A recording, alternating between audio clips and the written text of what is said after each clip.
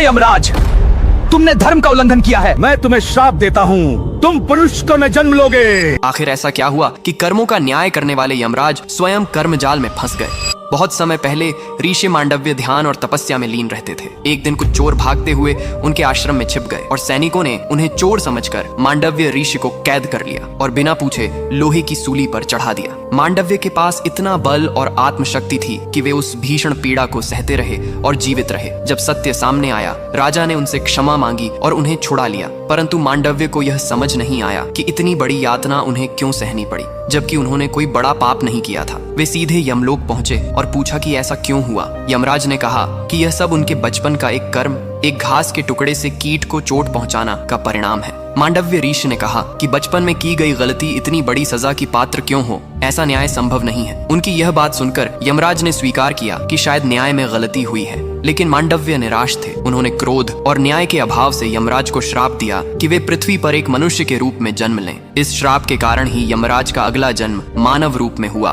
और वे महाभारत के काल में विदुर के रूप में जन्मे, जो सत्य, बुद्धि और धर्म के प्रतीक बने। विदुर का जन्म ऋषि वेदव्यास और एक दासी के घर हुआ, इसलिए वे राज सिंहासन के योग्य न होने पर भी कुरु राजवंश के मामलों में सबसे बुद्धिमान सलाहकार बने।